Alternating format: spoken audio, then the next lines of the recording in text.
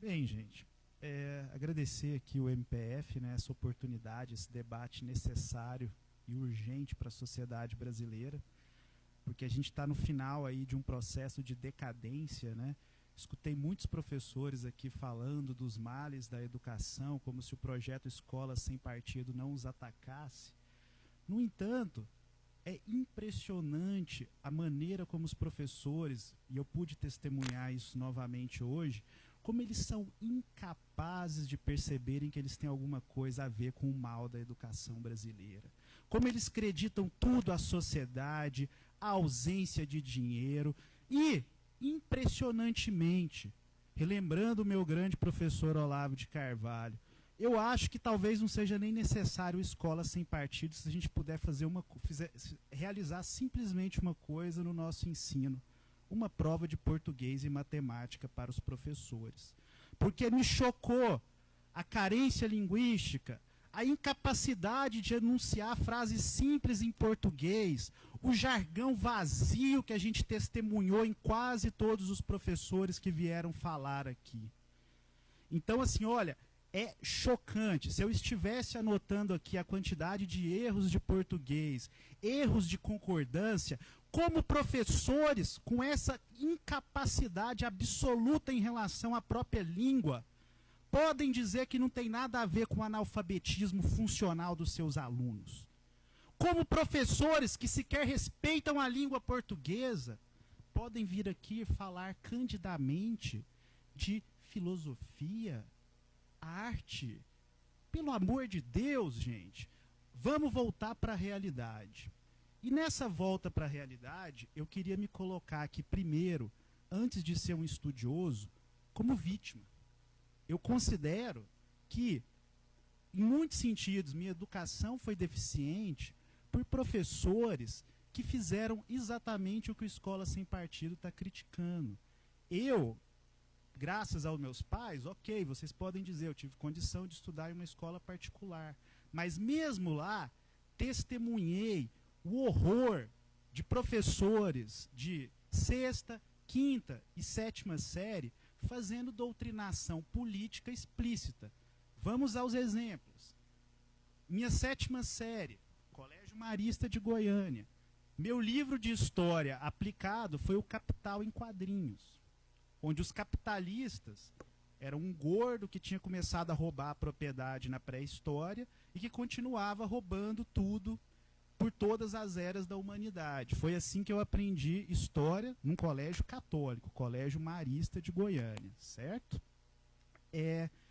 Uma outra história, né, anedótica, mas que assim, cada um aqui poderia ter exemplos, e se eu fosse lá fora eu encontro aos milhares esses exemplos.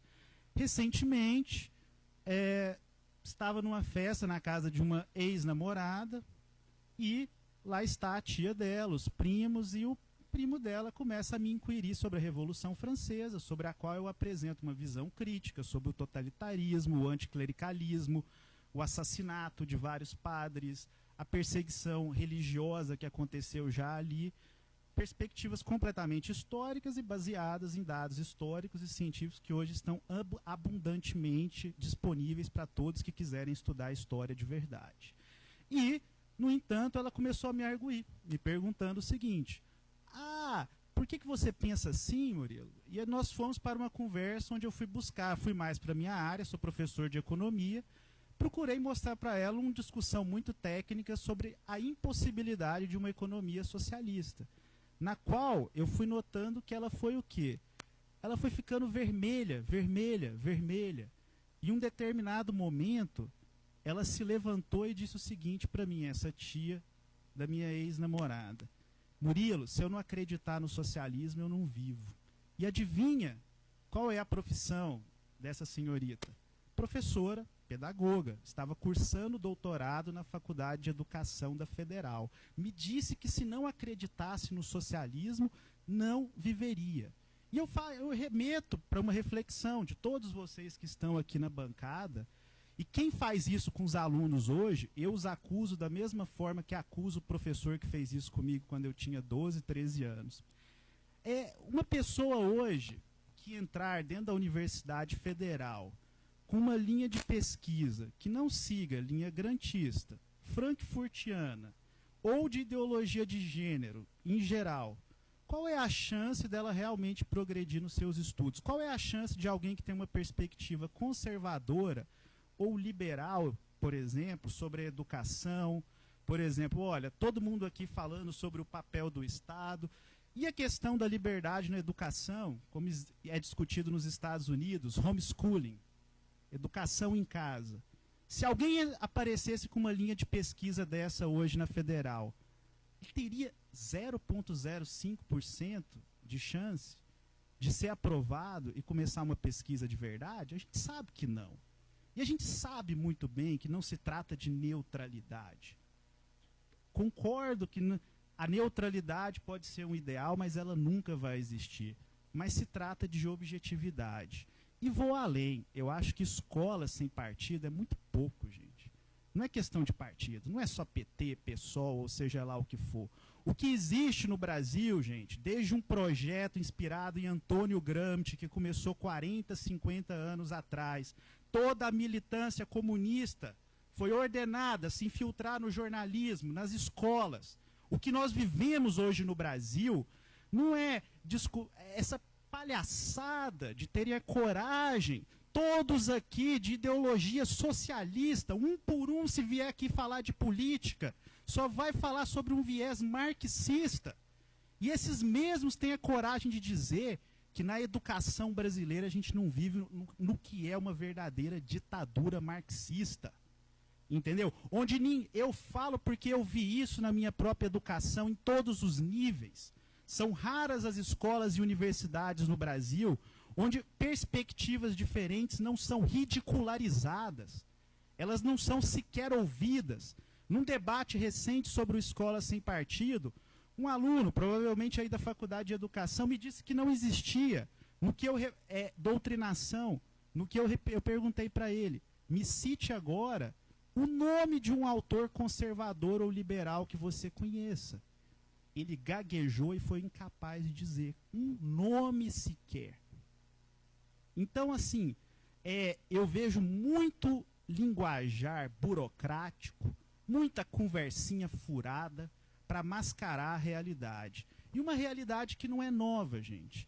Esse termo neutralidade, que vocês até atacam muito corretamente, porque eu também acho que ele é usado de forma equivocada, ele vem, obviamente, da neutralidade axiológica do Max Weber, o quê? A neutralidade de valores. E por quê, gente? E aqui eu vou citar um autor absolutamente desconhecido na academia brasileira. Por quê? Porque, obviamente, ele vai contrariar essa ditadura marxista que nela impera, mas um dos maiores cientistas políticos do século XX, Eric Wegelin, na sua A Nova Ciência da Política, ele explica o seguinte, ele usa uma frase bem precisa. O motivo pelo qual Max Weber formulou a tese da neutralidade axiológica foi o demonismo marxista. Não vamos ficar com histeria nem nada. O que ele quer dizer com demonismo marxista já na universidade alemã do final do século XIX? Max Weber se colocou a proposta, o quê? De realizar um estudo sobre as grandes religiões. Um estudo que em si tem que constar o quê? De uma hierarquia. Que, olha, você não vai estudar uma pequena religião de qualquer canto do mundo como você vai estudar e dar a mesma ênfase no cristianismo, no islamismo, no judaísmo, no hinduísmo, as grandes religiões dos grandes povos da humanidade. Uma outra questão, ele tinha que estudar a religião sem preconceitos, como um objeto real. Quer dizer, ele não poderia partir também do pressuposto marxista lá, anteriormente elaborado pelo Ludwig Feuerbach, que religião era uma ilusão. No entanto, no momento que ele tentava começar uma pesquisa sobre isso na Universidade Alemã e discutir o tema, sabe o que acontecia? Porque na época, os marxistas e os hegelianos de esquerda já dominavam, já estavam infiltrando as universidades no mundo inteiro. E na hora que ele queria tratar a religião como um objeto sério de estudo, sem preconceitos, o que acontecia? chegava aquela multidão de marxistas, de alunos, como eles falam, ó, dotados dessa histeria e desse demonismo, que queriam dizer o quê? Que não, a única visão aceitável sobre a religião é que ela é uma ilusão do espírito humano, o ópio do povo, como dizia Karl Marx, e que, portanto, olha, se você não fizer essa abordagem sobre a religião, a gente não vai deixar a pesquisa progredir, a gente não vai participar dela. Então ele elaborou essa tese da neutralidade axiológica, que na verdade é mais um esquema para barrar essa loucura marxista, que não aceita nunca discutir suas premissas. Fala-se tanto de ciência aqui, mas nada mais anticientífico, como provou todo o século XX, do que a doutrinação marxista. Nada mais anticientífico do que a ideologia de gênero. Quem tiver o interesse que fique registrado, acessem, estudem isso. O Paradoxo de Gênero, documentário sobre um dos primeiros países que introduziu a ideologia de gênero, a Noruega, onde se mostra que os estudiosos dessa área são completamente ideológicos, incapazes de realizar verdadeiros estudos empíricos. Todos os estudos empíricos apontam a raiz biológica, moral, espiritual, da diferenciação sexual. Não que isso diga respeito a escolhas sexuais e nada posteriormente, mas uma diferenciação sexual que começa com a criança com 2, 3 meses. E todos os ideólogos de gênero que aparecem nesse instituto lá da Noruega, eles renegam esses estudos científicos. E graças a Deus, lá na Noruega, depois de 20 anos de ideologia de gênero, o que a gente viu acontecer? Esse instituto que era financiado pelo governo perdeu as verbas estatais depois que esse documentário foi apresentado no parlamento da Noruega. Então, ideologia de gênero, que hoje é o grande cavalo de batalha desses manipuladores, sim, gente que não quer estudar de verdade, que sequer conhece a literatura, sequer conhece a filosofia, e vem aqui me dizer que Judith Butler, Shulamit Firestone, uma louca feminista que chega a dizer que para que o comunismo seja realizado, deve-se quebrar inclusive o tabu do incesto. Palavras de mulher que hoje é lida avidamente dentro da nossa Universidade Federal. Uma criatura que chega a defender como arma de luta contra o capitalismo, de destruição da sociedade burguesa, uma monstruosidade como o incesto e a própria pedofilia. Então, não se conta isso para os pais. Essa é a farsa de vocês. Vocês falam, é simplesmente uma questão de respeito em relação aos homossexuais. É só isso que a gente quer ensinar. E, no entanto, a gente sabe muito bem o tipo de radicalismo que hoje está vigindo dentro das universidades. O tipo de discurso corrosivo. Vocês dizem que é o Escola Sem Partido que quer instaurar uma guerra entre família e escola. São vocês que declararam essa guerra. São professores que estão saindo com fotos na internet dizendo que sim, a revelia dos pais que rejeitam a ideologia de gênero, desprezam essa ideologia que quer desconstruir o homem, que quer desconstruir a mulher, que quer dizer que nós não temos substancialidade nenhuma. Muitas vezes se fala com tanto amor essa palavra desconstrução, mas elas esquecem de dizer quem está desconstruindo e quem vai reconstruir essas crianças. Por que os professores hoje amam tanto isso? Vamos desconstruir todas as verdades, vamos desconstruir a religião, a família, vamos desconstruir tudo aquilo que foi recebido de um lugar que não é a escola. Por quê? Acusa-se tantos jogos de poder, mas o que os professores estão querendo com isso é poder.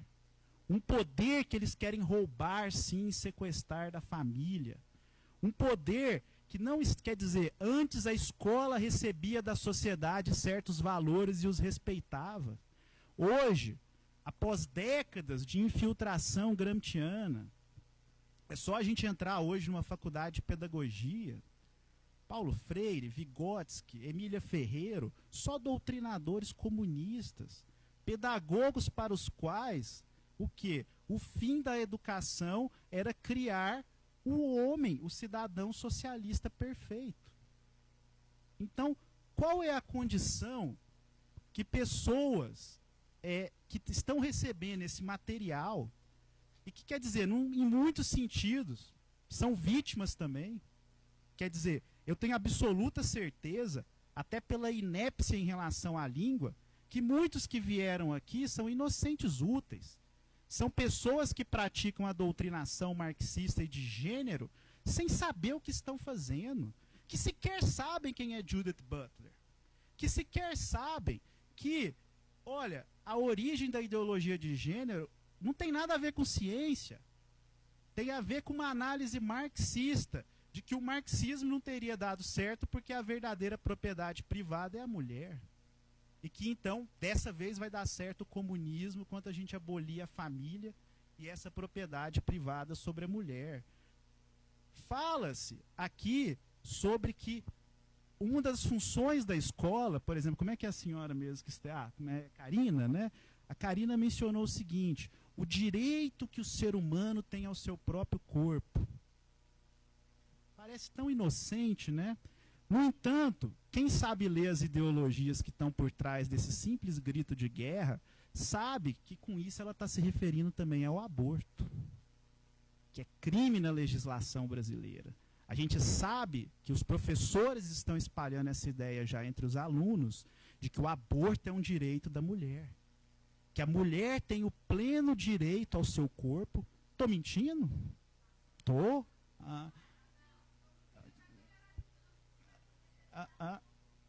Gente, por favor, faça a exposição sem indagações à plateia, porque senão a plateia vai se manifestar, entendeu? Beleza. Para assegurarmos a tramitação normal. Ok, então vamos lá. Eu estou controlando o tempo, quem controla o tempo é o Ministério Público, então... Gente, vamos aqui lá. Não é debate, o expositor está fazendo a sua exposição. Ele deve ser respeitado, independente do que ele vier falar aqui, como... Veja bem, aqui não é debate. Nada. Se o senhor, ninguém é obrigado a permanecer nessa audiência pública. Ele está expondo a sua visão. Não, espera aí. Só um minuto, por favor. A audiência é do Ministério Público. Quem quiser aqui permanecer, respeite as regras estabelecidas pela audiência do Ministério Público. Eu disse que o povo vai se manifestar ao final dos debates, ao final das exposições, como eu mencionei aqui antes. A audiência pública, quem faz as regras é quem preside a audiência, no caso o Ministério Público. Se o senhor não estiver satisfeito, o senhor não é obrigado aqui a permanecer. Então, neste momento, o que importa, neste momento, como o expositor de antes falou, este expositor está falando, todos os expositores têm direito a falar aqui durante 30 minutos. A palavra está assegurada a ele. Após as suas manifestações, será aberta a palavra para aqueles que estão aqui presentes fazer as suas intervenções. Gente, vocês nunca ouviram falar de retórica? Nunca ouviram falar disso? Vamos lá, por favor, Maria, por favor. Vamos continuar, gente. Aqui a palavra está com o expositor. Depois das exposições, quem aqui estiver fará uso da palavra para suas intervenções. Quem faz as regras da audiência pública é quem convocou a audiência e aqui estão dentro do Ministério Público. Portanto, o Ministério Público faz as regras e a regra agora é a palavra com o expositor. Gente, continuando aqui, o que importa. Não se trata, obviamente, de individualizar. Quem quiser se retirar desse quadro, que é um quadro que eu estudei, que eu acompanhei dentro das próprias escolas, que eu vejo diversas pessoas relatando essa ideologia sendo majoritária entre os professores brasileiros. Se tiver alguém aqui que se exime disso, que ainda respeita valores básicos da nossa Constituição como a vida, graças a Deus, uma pessoa que está livre dessa ideologia maligna. No entanto, A gente sabe que meu corpo, minhas regras é hoje um slogan, um cavalo de batalha do movimento feminista, do movimento de ideologia de gênero, e a gente assistiu uma referência óbvia a isso aqui. Quando se fala dessa maneira irrestrita de que ninguém tem direito, que todo mundo tem o direito ilimitado ao seu próprio corpo, é óbvio que, se não for feita restrição alguma, a gente está lidando com aborto. Porque você vai dizer assim, olha, se simplesmente o feto é uma parte do corpo, como se interpreta, então a gente está lidando com isso. Então, gente, a minha visão é exatamente essa. Se não for sem abstratamente, como muitos gostam de falar na seara marxista, no puro abstracionismo burguês, se a gente for falar aqui de ideais de educação, vagamente, a gente nunca vai entrar na realidade do tema, que é aquele ao qual o Escola Sem Partido se ergueu. Se eu não me engano, o Miguel Najib depois pode confirmar, nasceu de um problema que o próprio Miguel Najib enfrentou com o filho dele, com um professor doutrinador. Algo, ou seja, que não se trata de novidade. Se a gente observar o que esse estágio atual que a gente passa na educação brasileira nasceu, em muitos sentidos, já no regime militar, gente. Onde a gente vê o regime militar o quê? Adotar uma famosa tese da panela de pressão, que para contrabalancear a esquerda guerrilheira, a esquerda lá do Araguaia, eles deveriam dar um espaço, inclusive nas universidades, inclusive a Unicamp foi criada para isso, para ser uma espécie de fazenda onde iriam ser alojados os marxistas. Você deveria criar o quê? Olha, deixar que esses marxistas ditos democráticos, que não tinham aderido à luta armada, o espaço deles deveria se dar nas escolas. Então, uma testemunha muito grande nessa época, o grande cronista Nelson Rodrigues, quem quiser acompanhar lá, você observa que ele já relata o quê? Nas escolas e no jornalismo brasileiro daquela época, já era quase impossível encontrar vozes que não fossem marxistas. Na década de 70. Com a redemocratização, esse aparelhamento brutal e ditatorial avançou, inclusive, para lugares como a CAPES, o MEC, com uma voracidade até o ponto aqui, olha, do exemplo que foi dado aqui, de um livro patético, como esse do Mário Schmidt, um livro completamente anticientífico, um livro que está ali simplesmente para dizer que o regime mais assassino da história humana, 100 milhões de pessoas assassinadas pelos seus próprios governos, regime esse que foi o comunismo, nesse livro ele aparece como uma maravilha para a humanidade. Ele aparece como sendo o quê? Uma esperança ainda que está ali no horizonte da humanidade para se contrapor ao maldoso regime capitalista. Esse é o livro mais didático, mais vendido da história do Brasil. Olhem, pelo amor de Deus, gente, se vocês tiverem alguma consciência, eu escutei inclusive na palestra, no debate sobre ideologia de gênero na Câmara, que se o socialismo não fosse... Eu escutei de uma professora que se levantou e disse assim, olha, se o socialismo não for implantado, se a gente não adotar a ideologia de gênero que vem dele, a humanidade vai todo mundo se matar um ao outro. Olha as pretensões messiânicas e loucas que estão implementadas nesse tipo de ideologia. E, no entanto, as pessoas que pensam como esse universo dos professores brasileiros, no sentido mais geral possível, a gente está vendo o que eles estão fazendo hoje na Venezuela, não é verdade? Novamente, a gente assiste o quê? Que aqueles que prometiam um maravilhoso mundo melhor, todos aqueles que frequentavam os fóruns sociais lá da década de 90, hoje estão escravizando mais um povo. Os nossos irmãos aqui venezuelanos que estão vivendo sobre o tacão de uma ditadura marxista. E a gente observa o quê?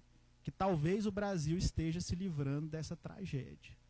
E é óbvio que o Escola Sem Partido, ele se encaixa nesse contexto. Num contexto que é o quê? Gente, qualquer ser humano que tenha alguma dignidade, olha o currículo das nossas faculdades de pedagogia, sabe que precisam de uma reforma absurda, uma reforma completa, para limpar toda essa contaminação ideológica, até o ponto em que os professores voltem a se preocupar com a sala de aula e não só com filosofia da educação, ficar discutindo Paulo Freire e a criança do futuro que vai ser um jovem socialista que não vai mais ter os valores da sociedade capitalista. No dia que isso começar a ser uma curiosidade pitoresca nas faculdades de pedagogia, aí a gente vai poder discutir o quê? Ok, reformas sérias, valorizar mais os professores, como foi feito na Coreia do Sul, onde, me lembro de ver um trabalho aqui do professor Braulio, onde ele mostra o quê? Boa parte do currículo composto de matérias sobre matemática, língua local, literatura local, e muito pouco da tal filosofia da educação, que é muito mais uma desculpa para se fazer doutrinação marxista. No Brasil, a gente observa uma composição completamente diferente. Então, falar que não existe doutrinação quando esse é o perfil das nossas faculdades, o problema começa nelas. Na hora que chega na escola, é quase o ar que as pessoas respiram. Muitas vezes as pessoas não percebem que estão participando de um esquema de doutrinação, de uma verdadeira ditadura, porque elas só vivenciaram isso. Já ouviram falar do Wegelin que eu estou falando? Ortega y Gasset? Dos grandes filósofos que que são a maior tradição da humanidade, que se contrapõem a toda essa farsa marxista, anticientífica, antissocial, antiartística, o pior flagelo que já se abateu sobre a humanidade, não conhecem e espalham essa ignorância entre os seus alunos. Essa é a situação triste que a gente vive no Brasil. Não ensinam português, a literatura nacional está sendo abandonada, né? Agora até Machado de Assis e Monteiro Lobato vão ter que ser proibidos porque não são politicamente corretos, mas ensinar para uma criança que não existe homem e mulher, que qualquer um pode escolher ser homem e mulher a partir do contexto de gênero, isso é a prioridade número 1 da escola brasileira. Para crianças que hoje, que provavelmente estão se tornando analfabetos funcionais, para mais de 50% a 60% das crianças que hoje adentram as escolas. Então, antes, a gente sabe que existem problemas de valorização da carreira, saiu agora, professor universitário no Brasil recebe tão bem quanto lá fora, mas professor do ensino fundamental está defasado, a gente sabe disso. Mas o dia que vocês tiverem mais amor pelos alunos do que amor pelo PT e pela ideologia de gênero, aí o Brasil vai começar a mudar.